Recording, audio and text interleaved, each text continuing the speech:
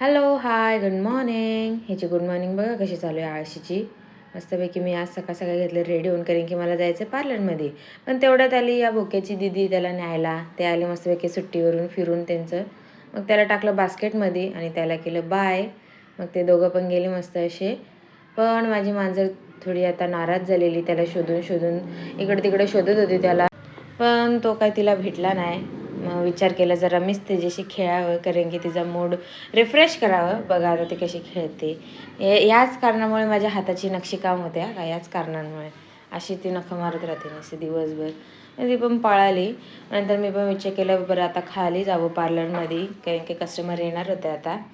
मग खाली जाऊन बघितलं तर इथं पण एक नवीन पाहुणा भेटला. पण माझ्या पार्लरमध्ये यायला बघत होता.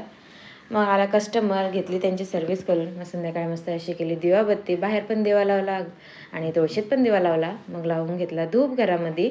मग संध्याकाळी रात्री असं रेडी वगैरे होऊन परत एकदा निघालो. आज जायचं होतं गणपती जागरणाला.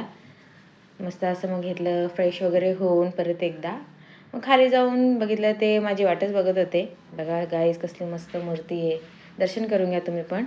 मग तिकडे मस्त अशा गप्पा मारता मारता आमचा विचार झाला की पोपटी वगैरे करूया, व्हेज पोपटी. मग भाऊंनी आणला मस्तपैकी सुकलेला पाला आणि भाऊंनी मस्तपैकी अशी आमच्यासाठी पोपटी बनवलेली. मस्त त्याच्यात शेंगा, मके, बटाटे वगैरे टाकलेले. खूप छान झालेली पोपटी. आणि थंडीमध्ये तर मस्त अशी शेकोटी भेटवलेली ना, लय भारी वाटत होता. बघा गायस कसली भारी आमची पोपटी तर चालू आहे. वाव, किती टेस्टी झालेली, एक नंबर. आजच्यासाठी एवढंच. भेटूया उद्या. Bye bye.